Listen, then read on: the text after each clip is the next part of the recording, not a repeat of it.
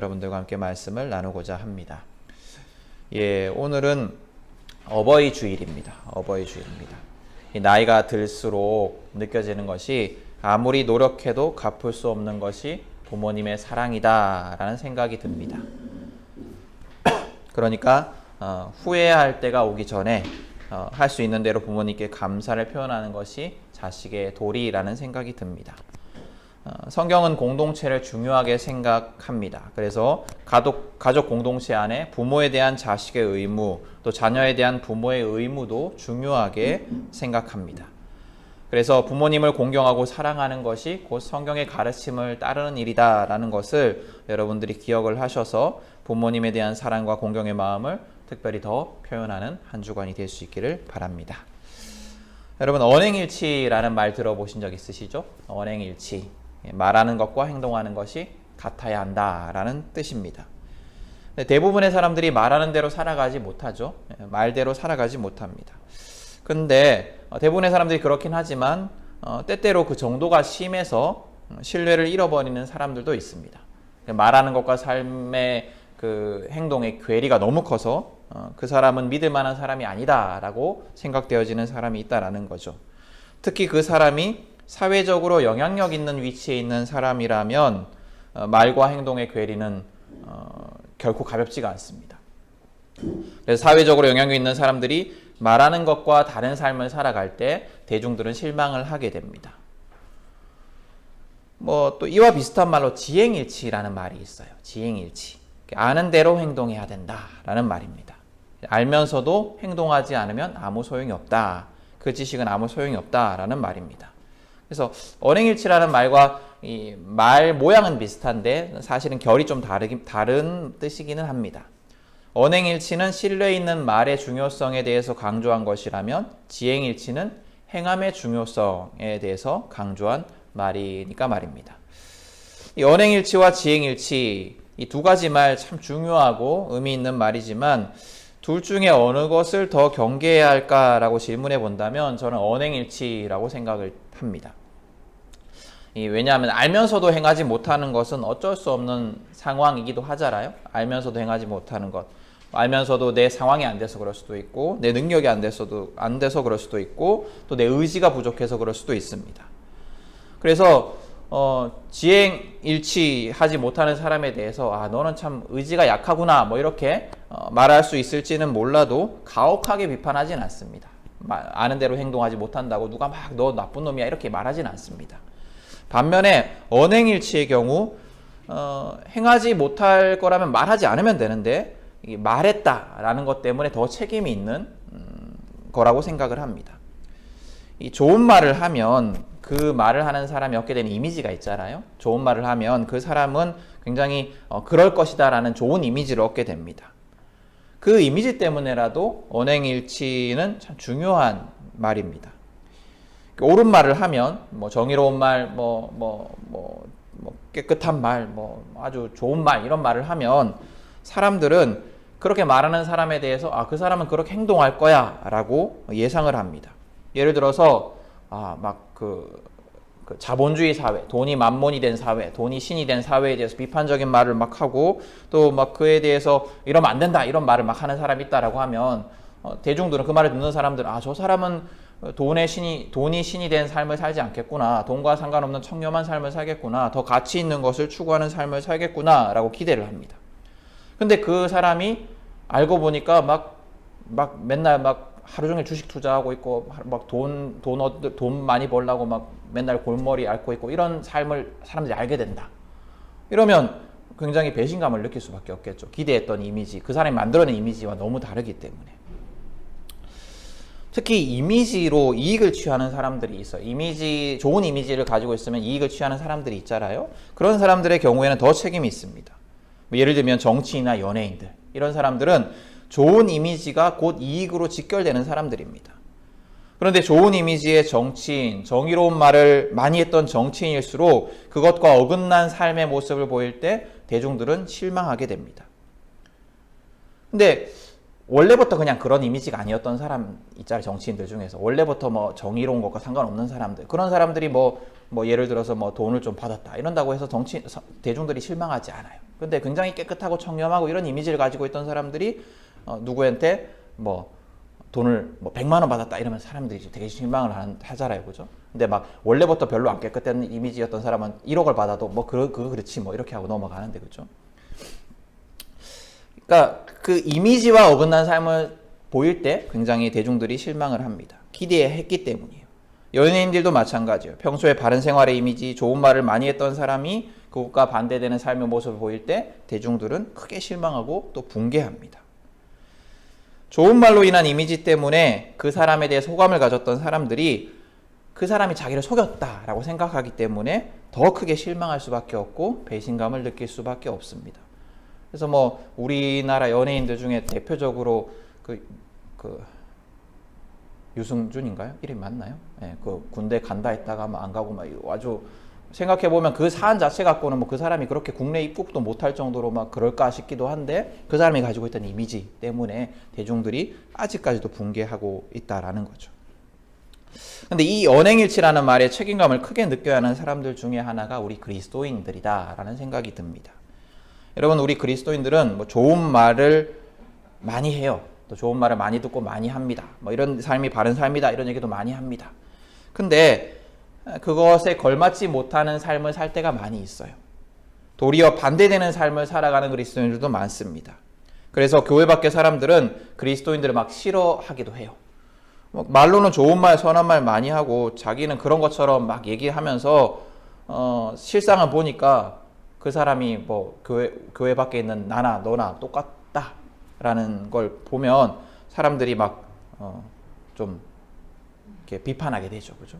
특히나 그리스도인들은 막 죄인이 당신들 죄인이야 회개해야 돼 막 이런 말 막 하고 다니면서 자기들 막 되게 깨끗한 척 하는데 보기가 똑같거든요. 그러면 교회 밖의 사람들 입장에서는 차라리 말하지 않았으면 욕을 안 했을 건데 말로는 선한 척하고 삶은 그렇지 않으니까 더 막 화가 나는 거예요. 특히나 그리스도인들은 이제 진리를 안다라고 생각하는 사람들이기 때문에 다른 사람들을 정죄하고 판단하는 경우가 많습니다. 저렇게 살면 안 돼. 뭐 이렇게 판단하는 경우가 많아요. 실상은 세상 사람들과 다르지 않은 삶을 살면서 그들을 판단하려고 한다면 기분 좋아할 사람은 아무도 없을 겁니다. 오늘 성경, 오늘 우리가 읽은 사도행전 7장 55절에서 60절까지 말씀은 스데반의 순교 장면을 기록하고 있는 본문입니다. 6장 앞쪽에 보면 성경은 스데반이라는 사람에 대해서 설명을 하고 있는데 은혜와 능력이 충만해서 백성 가운데 놀라운 일과 큰 기적을 행하고 있었다라고 기록을 하고 있습니다. 이 스데반이라는 분은 사도들이 자기들의 일을 돕기 위해서 세운 7 집사 중에 한 명이었는데 사도들이 직접 안수를 해서 사도의 역할을 맡겼던 사람이죠. 근데 이분한테 은혜와 능력이 충만해서 백성들 가운데 놀라운 일과 큰 기적을 행하였어요. 스데반의 이 기록을 보면, 이 스데반에 대한 이 설명을 보면 어떤 게 생각이 나세요? 놀라운 일과 큰 기적을 행하는 사람. 놀라운 일과 큰 기적을 행하는 사람. 이 스데반에 대한 기록을 보면 먼저는 예수님이 떠오르고 또 예수님의 제자들이 떠오릅니다. 여러분, 예수님의 행적이 어떠했습니까? 백성 가운데 많은 놀라운 일들과 기적을 행하지 않았습니까? 그리고 예수님의 부활 승천 이후에 성령의 충만함을 받은 제자들도 그러했어요.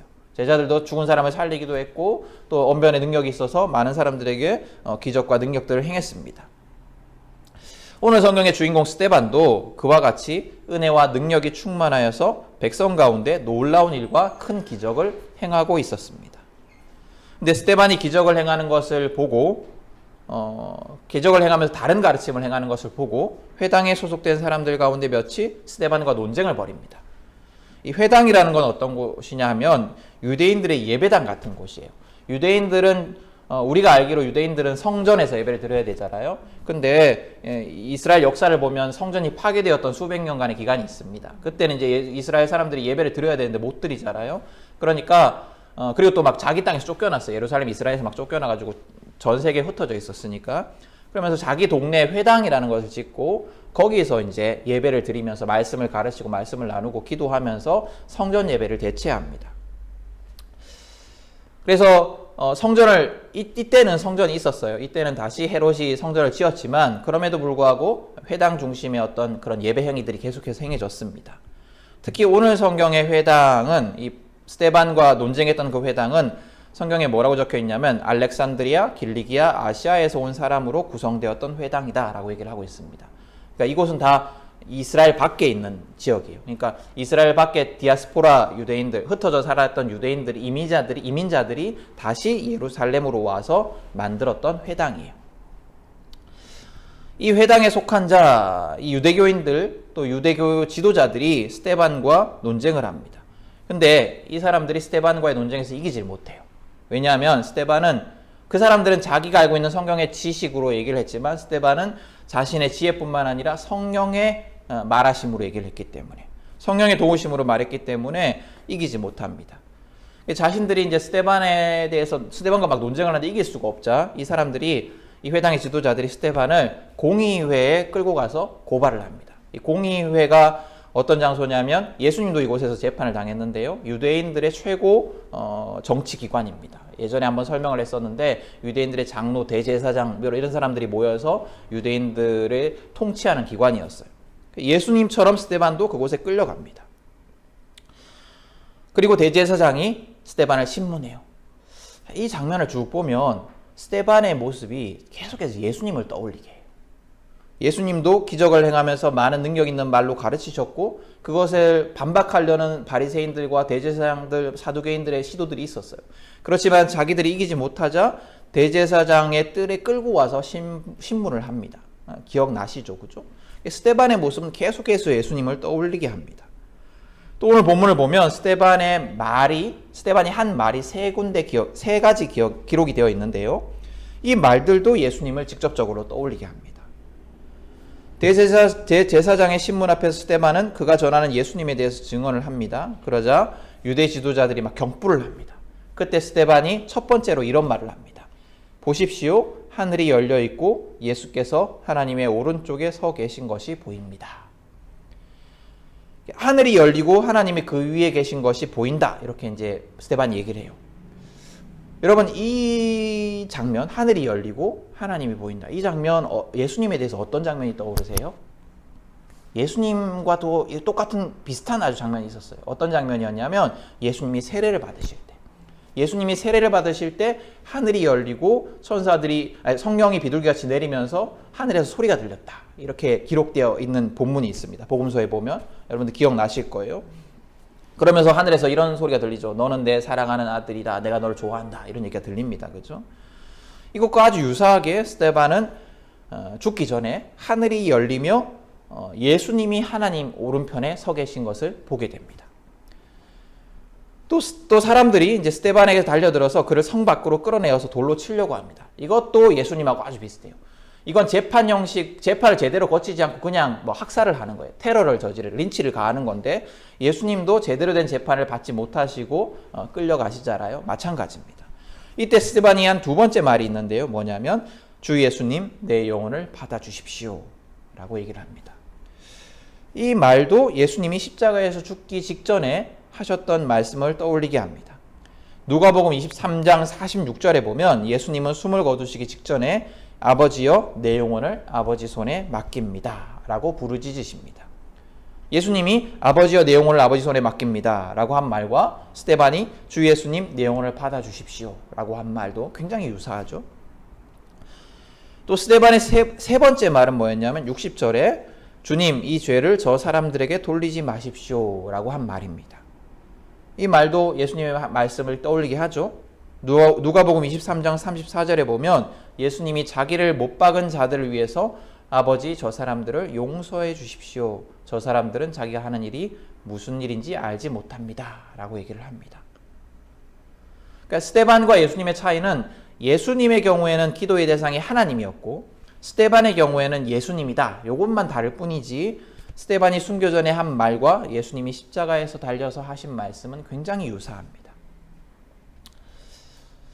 저는 이 본문을 묵상하면서 성경이 우리에게 아는 대로, 믿음대로 행한 스데반의 삶을 보여주는구나 라는 생각이 들었습니다. 스데반은 예수를 믿는 자로서 예수님을 따르는 삶을 살았습니다. 심지어 죽기까지 예수님을 따르는 삶을 살았습니다. 예수님과 똑같은 삶을 살았던 거예요. 저는 이 성경을 묵상하면서 또 저의 모습을 돌아보면서 내가 참 거짓된 삶을 살고 있구나. 내가 참 예수님을 믿고 예수님을 전하는 자라고 하면서 예수님과 닮지 않은 삶을 살고 있구나라는 생각이 들었습니다. 여러분, 지난주에 우리 성도님들 도와주시기도 하셨고 광고도 했지만 이번에 저희 교회가 이제 기브 찬스 코리아라는 단체의 후원금을 받아서 대구 지역의 어려운 이웃을 돕는 일을 했습니다. 그러면서 몇 가지 생각이 들었어요. 첫 번째로는 우리 주변에 참 어려운 이웃들이 많구나라는 생각이 들었습니다. 맨 처음에 부탁을 받았을 때, 맨 처음에 이제 대구 지역에 좀 이게 독거 노인이나 뭐 좀 어려운 청소년들 좀 도와주게 해달라 이렇게 부탁을 받았을 때 우리 교회 주변에 어려운 이웃들이 있나라고 한번 생각을 했었어요. 근데 아시다시피 우리가 있는 예배하는 이 지역은 대구에서 제일 잘 사는 동네 중에 하나잖아요. 그리고 또 우리가 예배는 여기서 드리긴 하지만 우리가 주거하는 지역도 다 달라요. 멀기도 하고.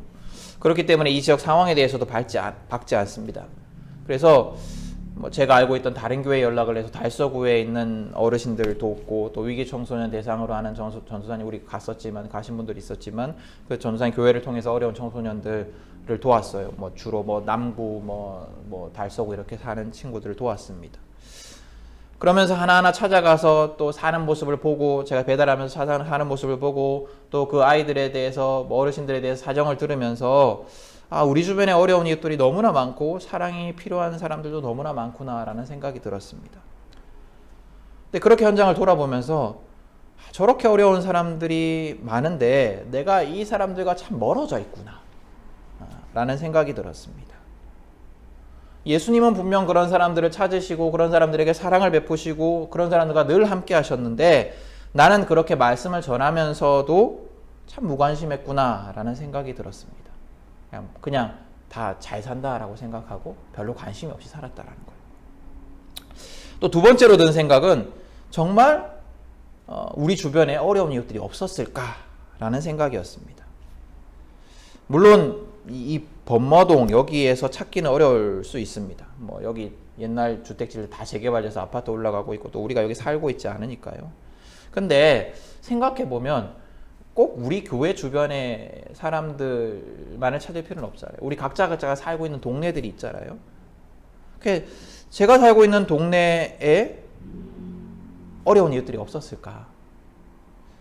또 여러분들이 살고 있는 동네 우리가 전달한 그런 사람들보다 더 어려운 사람들이 없었을까? 우리가 각자의 지역에 살면서 그 지역에 별로 관심 없이 그냥 살아가고 있는 건 아닌가? 라는 생각이 들었습니다. 제가 이제 설교를 하면서 주변의 어려운 이웃에 대한 관심과 사랑에 대해서도 여러 번 설교했던 기억이 납니다. 그런데 정작 저부터도 제가 사는 곳 주변의 사람들에 대해서 관심이 없진 않았는가. 어딘가에는 분명히 어려움을 겪고 있고 도움이 필요한 사람들이 있는데 그냥 나만 생각하면서 그냥 우리 교인들만 생각하면서 살진 않았는가라는 생각이 들었습니다. 그리고 세 번째로는 뭔가 해야겠다라는 생각이 들었어요. 그냥 반성에 그치지 말고 내가 보고 깨달았던 것들을 행동으로 좀 옮겨야겠다라는 생각이 들었습니다. 그래서 전달하는 중에 특별히 어려운 학생에 대한 이제 좀 사정을 듣고 이 아이 좀 도왔으면 좋겠다라고 생각을 해서 제가 개인적으로 후원하기로 했고 또 우리 교회가 어떻게 도울 수 있을까를 고민하고 있습니다. 저는 오늘 말씀을 묵상하면서 또 지난주에 어려운 이웃들을 만나면서 들었던 생각을 여러분들에게도 한번 질문해 보고 싶어요. 여러분의 이웃은 어떻게 살고 있습니까? 여러분은 어떤 사람들에게 관심을 가지고 있습니까? 여러분들이 주변의 이웃에게 가지고 있는 관심과 생각이 예수님의 가르침과 예수님의 삶과 일치합니까? 우리가 우리 주변의 사람들에 대해서 무관심하지 않습니까? 내 삶이 바빠서 또 내 에너지를 빼앗기기 싫어서 귀찮아서 이웃에 대해서 관심을 가지지 않고 살아가고 있지는 않습니까? 우리가 말로는 예수님의 사랑, 정의, 신앙에 대해서 얘기하면서 또 막 거대한 담론, 정치, 외교, 국제 상황에 대한 어떤 옳음, 바름, 정의 이런 것들에 대해서는 얘기하면서 또 사회적 이슈에 대한 하나님의 뜻에 대해서는 이야기하면서 정작 바로 옆에 있는 도움이 절실히 필요한 이웃에게는 무관심한 삶을 살고 있지는 않습니까? 우리가 말로는 예수님을 따르는 것 같고 말로는 바르지 못한 자들을 정죄하고 부자 교회의 비리, 권력, 범죄에 대해서 비판하면서 그래서 정의로운 척하면서 실상은 말로만 그런 삶을 살고 있지 않습니까?